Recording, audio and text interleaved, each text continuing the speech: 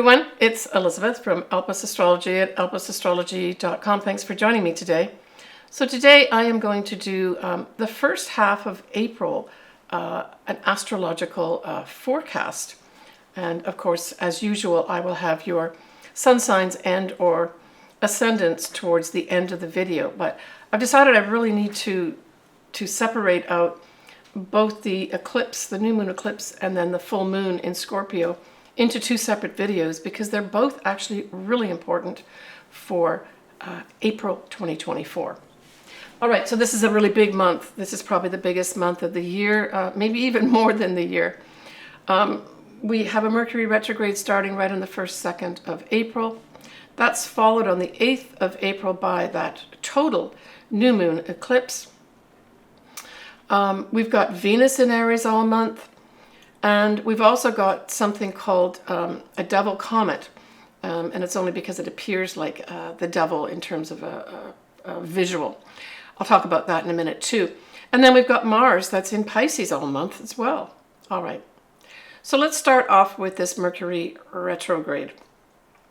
So the 1st, 2nd of April, it will go retrograde at 27 degrees of Aries. And actually the whole retrograde period will be in Aries. It will go direct on the 26th of April at around 15, 16 degrees of Aries. So note whether or not you've got either of these degree points in your chart of significance. So what are we talking about? A sun or a ascendant, or a conglomeration of planets is usually what I'm looking for, maybe even a midheaven as well.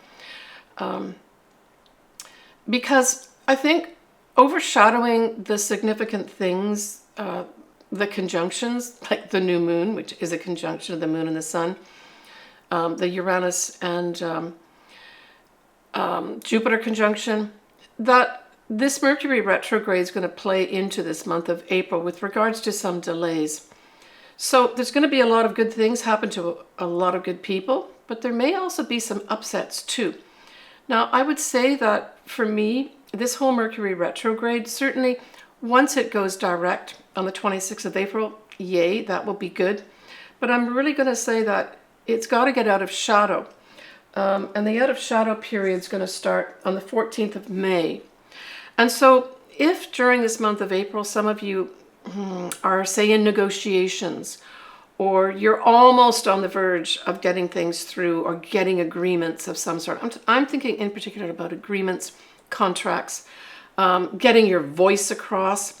Don't give up, because really I'm thinking because of the significance of this month and the play in of so many things, we may really have to wait for a signal forward, especially with regards to independence, getting on a new path, expressing your individual self till, that May time period that I've just discussed. But apart from that, we have that total new moon eclipse that is going to be at 19 Aries 23 minutes on the 8th of April, and that will be at 11:20 a.m. Pacific Daylight Time. It will be conjuncting Chiron exactly. It will be widely conjuncting the north nodes at 15 Aries. And Mercury will be retrograde at 24 degrees of Aries. We're going to have Mars conjunct Saturn because they're both in Pisces. That's at 13, 14 degrees of Pisces. And there will still be this ongoing, within a few degrees, conjunction of both Jupiter and Uranus in Taurus. We're talking about this 19 to 22 degree point here, right? So really, if you look at the chart here, you can see that Aries is just stacked with regards to influence of any of these planets or luminaries, right? So Aries for sure. And I would say probably all Aries, whether it's an Aries ascendant or Aries sun sign, that you're going to be having some positive change here of some sort, wherever this falls in your chart, right? Now, when we look at the eclipse in terms of, and there's a lot of things published already, I'll put a link below here to a little bit more of a timeline for the eclipse happening. But basically, it does transverse North America. It starts with Mexico and then goes through Texas. And it's in Texas that it really starts its real coming to the actual eclipse point. Then it ends in Maine, and in Canada that would be New Brunswick. So this is pretty significant that this is going through, you know, from the southwest right the way through the northeast. And so there's going to be some kind of new beginning here with regards to, and from a collective standpoint, us moving forward on our individual path. Now, we do know that Mars rules Aries, and Mars likes to take action. So I would say as a month, this is going to be an action month, just from even a collective standpoint. But if you have a lot of planets, angles around these degree points that I've just mentioned, especially for the eclipse, hey, this could be the month that you could take off. Just with that caveat where there may be a few things to tie up in May when we have that Mercury out of shadow. Now, going along with this eclipse, it's not just the eclipse. I mentioned that Devil Comet. Scientifically, what this comet is called is 12P Pons Brooks. This is going to be going on at the same time. And in fact, if you're listening to this video in March, when I'm making it, we have that whole Devil Comet will start its activation close to Earth, or coming towards Earth, in March, mainly towards the latter part of March. So that's going to be an ongoing thing with the full moon eclipse that's going to be happening on the 25th of March, right? So I would say the whole activation of both these eclipses is really going to start in March and then start playing out with intensity once we get into April. Now, this comet that I spoke about will actually have a peak brightness on the 21st of April, and the 24th of April will be its closest approach to the sun. And then on the 2nd of June, the closest to Earth. So these are also dates to pay attention to. We usually look at comets as harbingers of important messages, but this is a process, right? We have this process of this comet starting towards the end of March, ending really when it comes close to Earth on the 2nd of June. And there could be more than one message that comes through here, right? All right.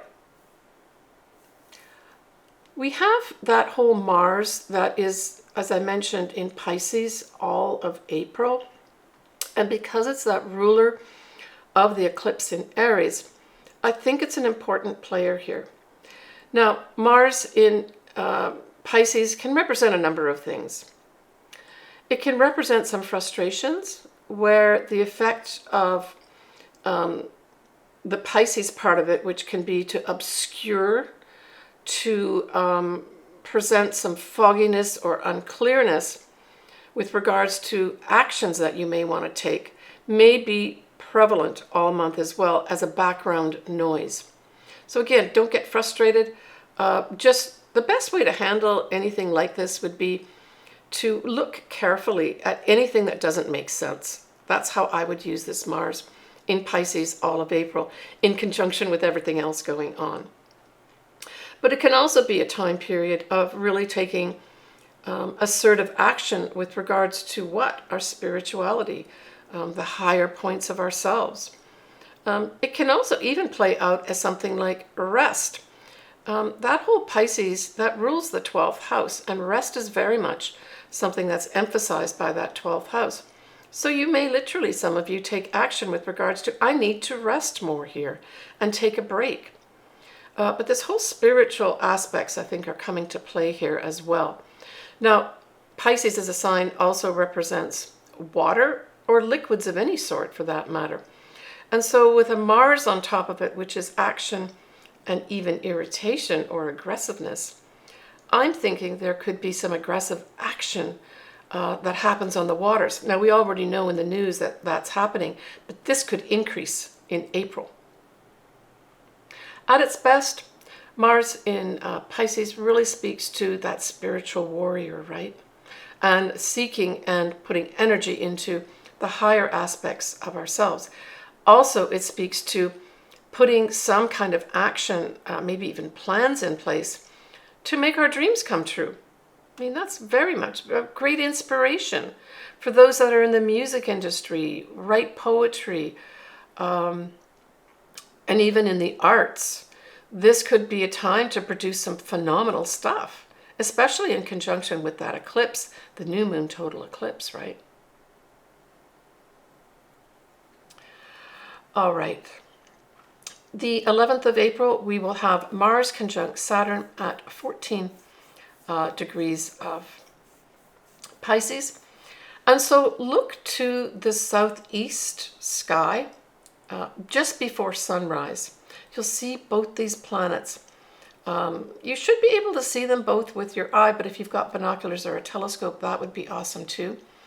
But to me, this really emphasizes this whole idea of, because it's in Pisces, this can also represent, this idealism in religion. And so this may also come to the front. But Mars likes to put action. And Saturn says, no, we got to stop here. But favorably, you could put Mars with Saturn and break up structures that need to be broken up.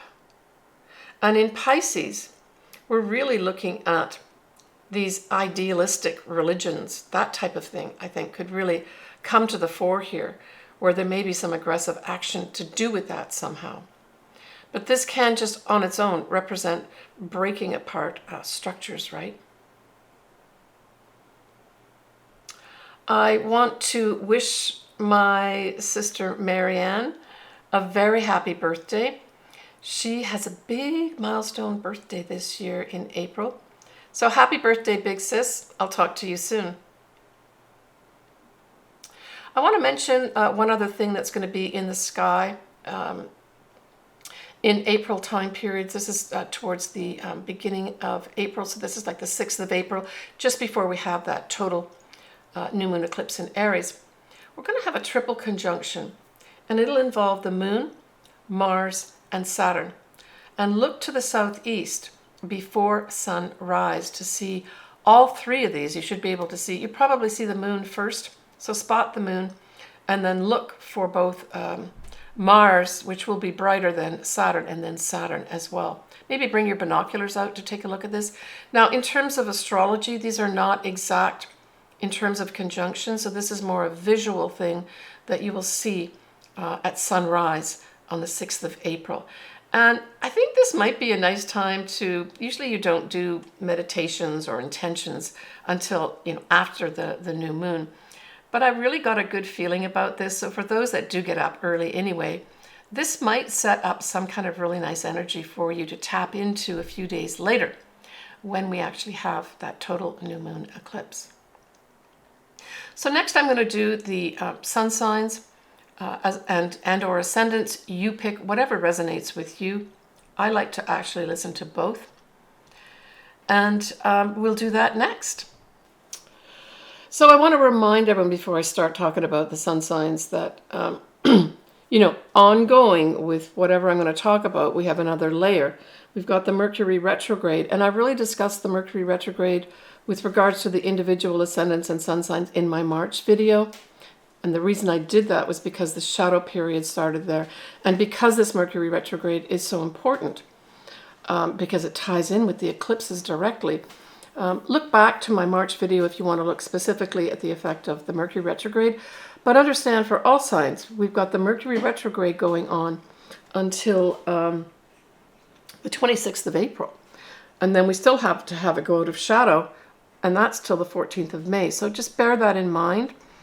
Mercury retrogrades always ask us to rethink things, maybe even to redo things, rewrite things, consider things, that type of thing, right? And that we've got that whole comet called, the Devil Comet, that's also going to be going on, not only for April, but right the way through the beginning of June, bringing us some important messages, right? So when you think about it, the comet's bringing messages, Mercury retrograde's asking us to rethink or redo things, right? Okay, so just bear that in mind. Okay, Aquarius. So Aquarius, that total new moon at 19 degrees of Aries on the 8th of April, sextiles you.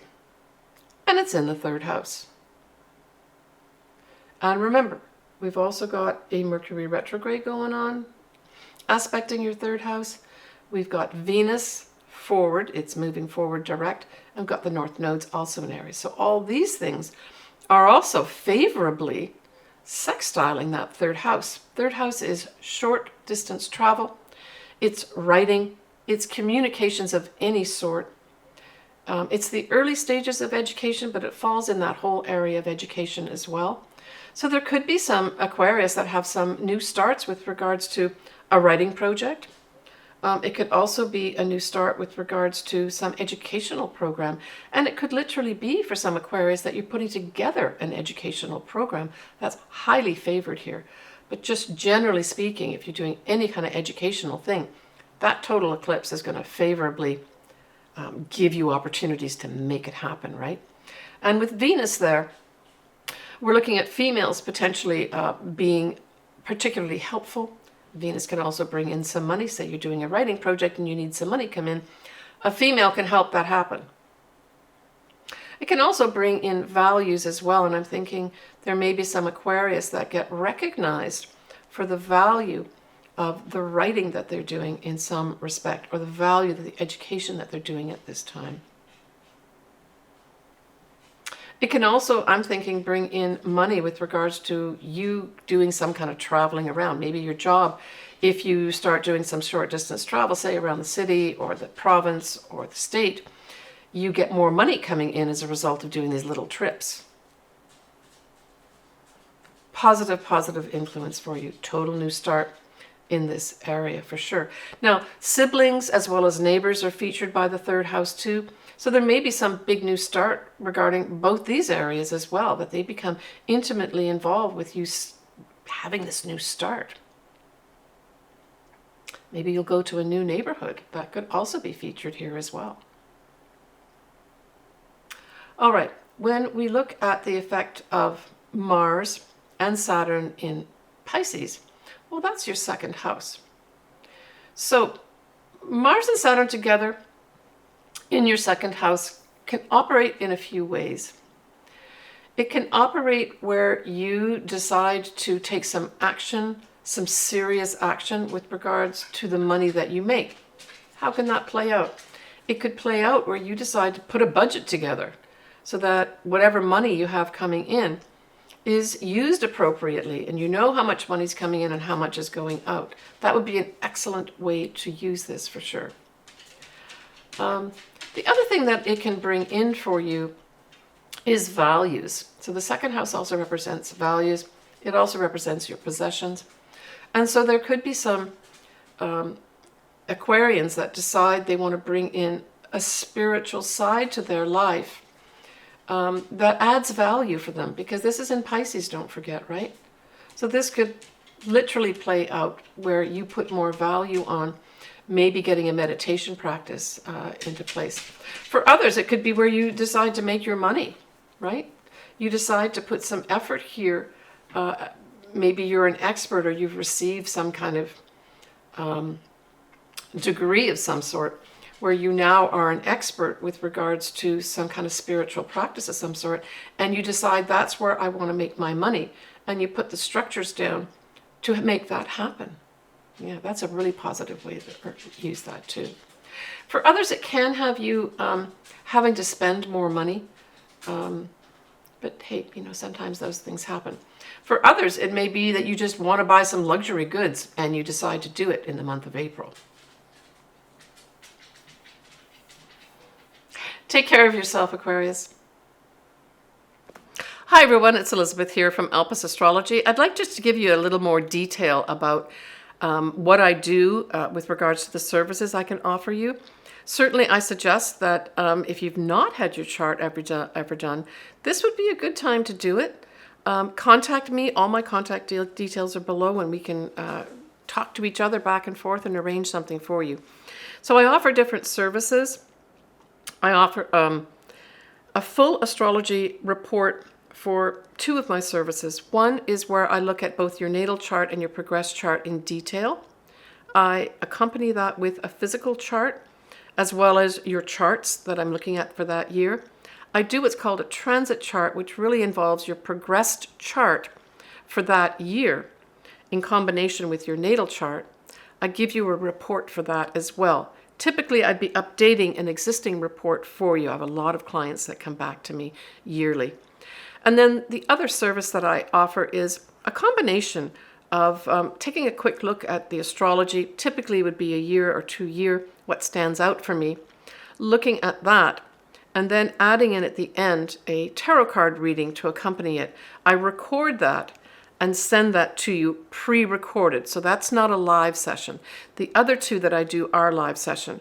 And then I offer obviously custom. I do a lot of picking marriage dates, compatibility. I typically use what are called Davison charts or synastry as well, where I can combine two charts to see how do these two charts of these people work together.